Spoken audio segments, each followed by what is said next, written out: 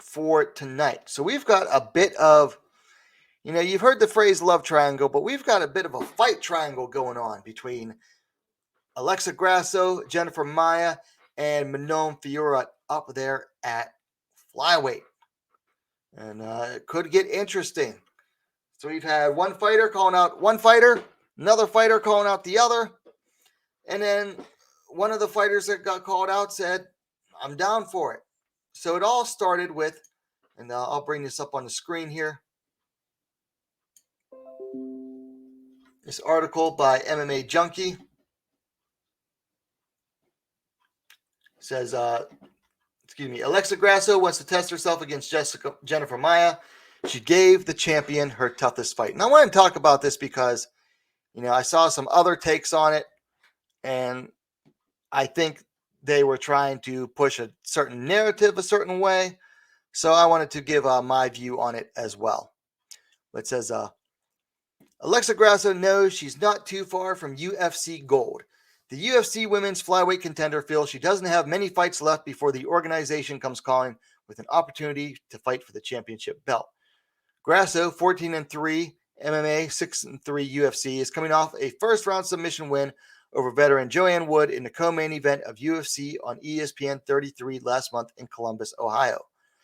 The victory over Wood kept Grasso undefeated at 125 pounds, as she's now on a 3-fight winning streak since moving up from strawweight in 2020. Says the Mexican fighter would like to face former title challenger Jennifer Maia, as she's the rival who's given champion Valentina Shevchenko her toughest title defense. It says, quote, there's so many fighters I'd like, but the one that has given the most fight and trouble to Valentina is Jennifer Maia, Grasso told MMA Junkie in Spanish. With all respect, I'd like to fight with her. She goes on to say, maybe in her last fight she didn't do that well. We fought that same night, but let's also remember, she took the fight on short notice against someone who has 2 well-trained camps. And I thought she did very well. It's just her conditioning didn't help her. She only had 3 weeks of preparation, and she was up against someone who had like 12 or 15 weeks training. So, of course, it was a factor. For me, I'd love to fight her. She was an Invicta FC champion. She's very skilled. She's a black belt. And like I'm saying, she gave the champion her toughest fight. That would be a fight I'd like a lot. It says Maia is coming off a unanimous decision loss to rising contender Manon Fiorot. It was a fight she took on a couple weeks' notice. It says Shevchenko has yet to taste defeat in the UFC 125 pounds, blah, blah, blah. Next facing June 11th, Tyler Santos. It says unless there's an upset by the challenger, Grasso feels she's up next given the landscape of the division. Quote, from what I've seen at flyweight, all challengers had 4 consecutive fights, so I'm assuming they're going to want me to have 4 straight wins, Grasso said. So maybe it's just one more fight. All the top girls have already fought her.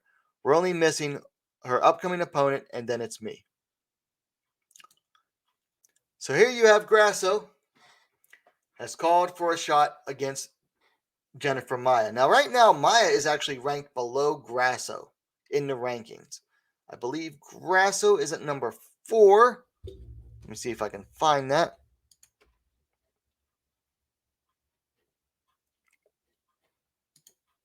Pull the rankings back up here real quick.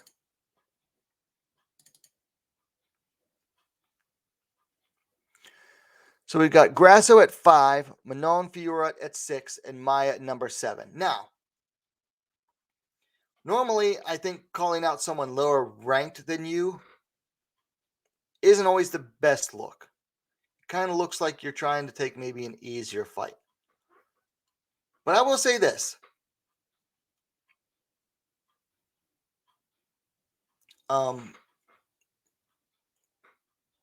I liked Grasso's reasoning for the fight. Because, Maia is the only fighter at strawweight to win even a single round against the current champ. And people still remember that. People are still talking about that. Yeah, Maia gave so far the toughest fight to the current champion, Valentina Shevchenko. And that hasn't lost its value at all. And yes, Maia is coming off a loss, but like Grasso said, Maia took that fight on short notice. So I kind of like, I understand Grasso's reasoning behind that. Now, we also have, also via MMA Junkie, Manon Fiorot eyes July showdown with Alexa Grasso. She has really good boxing, but I'm the better striker. Says Manon Fiorot has mapped out a plan to a UFC women's flyweight title shot. Seems like all these ladies are mapping out their plans. It says Fiorot, who's coming off a big win over former title challenger Jennifer Maia at UFC on ESPN 33 in March, wants to notch 2 more victories before challenging flyweight champion Valentina Shevchenko. Initially, Fiorot called out Katlyn Chookagian in her post-fight interview, but after Chookagian was booked against Amanda Hebos, the 32-year-old has diverted her attention to Alexa Grasso. Well, technically, Chookagian was already booked when Fiorot made that call out. Maybe she didn't realize it, but Chookagian already had that fight booked. Anyway, it says, quote, I'm number 6, Alexa is number 5, so I'm pretty sure it's the fight to make, Fiorot told MMA Junkie. I hope the UFC can make this fight in July, and I think it's the fight to make because after that, I can call out Katlyn for September or October, and that's the correct way for Valentina. She continued, I don't just want a shot at Valentina. I want to fight and win against her. So I think with 2 more fights, I'll be more experienced, and my confidence will be 100% that I can win this fight with a good show. Although Grasso has showed off some of her ground game in her first-round submission of Joanne Wood at UFC on ESPN 33, the Mexican fighter is known for her boxing, but Fiorot thinks she would have the edge wherever the fight goes. Quote, I really want to fight against her in a stand-up, Fiorot said. I think my stand-up is better. I think my wrestling is better. I think I can fight against her on the ground. So yeah, it's a good fight for me. I think she has really good boxing, but I'm the better striker. She continued, first, I really want to strike against her to show my skills and to prove to everybody that I'm the better striker. But if she wants to grapple and wrestle with me, I can take her down and finish the fight on the ground too. And that's it for that article. So now,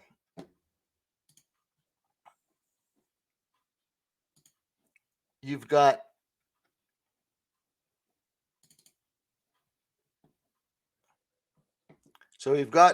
Alexa Grasso calling out Jennifer Maia, but then we've got Manon Fiorot calling out Alexa Grasso here.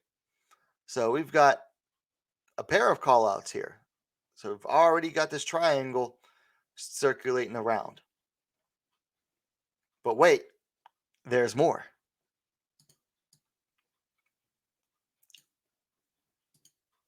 Per MMAfighting.com, Jennifer Maia accepts Alexa Grasso's challenge, wants her next. She hasn't fought an opponent of my level. So let's go ahead and take a look at this one. It says, ask and you shall receive. Alexa Grasso tapped Joanne Wood this past March at UFC Columbus to secure her 3rd straight victory and then voice her interest in a clash with Jennifer Maia, who is down for the challenge. It says, days after Grasso told Hablemos MMA she wants to face Maia, the woman Grasso thinks has given the most fight and trouble to UFC flyweight queen Valentina Shevchenko, the one-time challenger reached out to MMA Fighting to respond. Quote, I accept the challenge, Maia said. I think it's a fight everybody would like to watch because of its technical aspect. She hasn't fought an opponent of my level so far, even though JoJo is an experienced athlete. She hasn't fought an opponent of my level in the UFC, so it would be a great fight. Article says, Grasso is on a roll since moving up to 125 pounds, defeating Jeon Kim and Macy Barber via decision before her recent win over Wood. Maia, on the other hand, went the distance with Shevchenko in 2020 and rebounded against Jessica Ai before losing back-to-back fights to Katlyn Chookagian and Manon Fiorot in a span of 2 months in 2022 to drop her overall record to 19-9-1. After a busy start this year, Maia said she could face Grasso in 2 months, but no later than September. I took that fight with Fiorot on 3 weeks' notice, but that didn't affect the result because I was well-trained, said the 33-year-old veteran, a former Invicta FC flyweight champion. I felt ready and let things go, but it wasn't my day to shine and win. It was my opponent's, which is very complimentary. But here's the funnier part. This is better. She went in there to score points and come out victorious, Maia said of Fiorot. She didn't engage with me. She fought like Katlyn Chookagian, running from the fight and scoring points to win. Juicy. So now, going back to this, we've got Grasso calling out Maia, Fiorot calling out Grasso, and then we've got Maia calling out Grasso as well, saying, "Hey, I'll take the fight."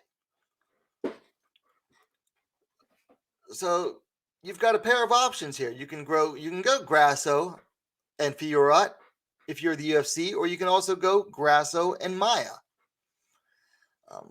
Both fighters are on, their way to just outside title contender status right now. I mean, they're both within the top 10. Grasso is at, what did I say? Grasso was at 5 and Fiorot at 6. So one more win for either, you could justify a title shot, because right now, let's be honest here, the title picture at flyweight, Shevchenko needs contenders. If she gets past Taila Santos, and I predict she will, Shevchenko is going to need another contender before the end of the year, because you know how busy, she likes to stay busy. She likes to fight at like 3 times a year, average probably, if I remember correct. So Shevchenko likes to stay busy. She's going to need contenders. And I don't disagree with any of these ladies' reasons for calling each other out. Now, I've seen some of the Manon fanboys basically saying it's a duck by Grasso because they want to see Fiorot beat Grasso. I don't believe that at all. I think when you get that close to a title shot, it's not about ducking certain fighters. It is about managing your career to get yourself in line for the title shot. And let's be honest here. Jennifer Maia is not an easy fight for Alexa Grasso. She's not. Jennifer Maia is not an easy fight for anybody. So I don't blame Grasso for calling out Jennifer Maia. And I don't blame Fiorot for calling out Alexa Grasso. But I think that I like the way that each fighter, each of these two, Grasso and Fiorot, I like how they have their plans mapped out. Whereas Grasso thinks, hey, I only need 1 win to get the title shot. Fiorot wants 2 wins. She wants to beat Grasso in June or July and then face Katlyn Chookagian later on. That doesn't necessarily line you up to get a fight with Valentina by the end of the year, though. And if Valentina beats Santos, she's going to want to do a quick turnaround because she hasn't fought in a while. Whereas if Grasso beats Maia in, say, June or July,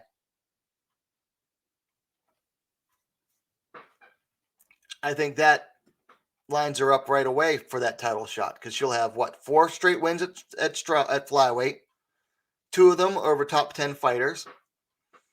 That makes a quicker turnaround for Valentina Shevchenko. Because you got to remember, if you're the UFC, you got to think long term. Because the UFC matchmakers, they go in and they have the top 15 of each division on a board. And they're constantly looking like, well, okay, this fighter's here and that fighter's there.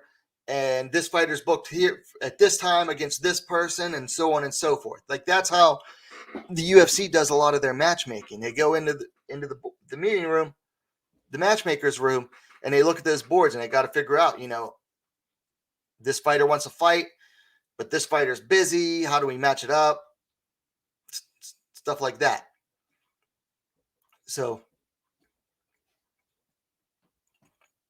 here's how I look at it.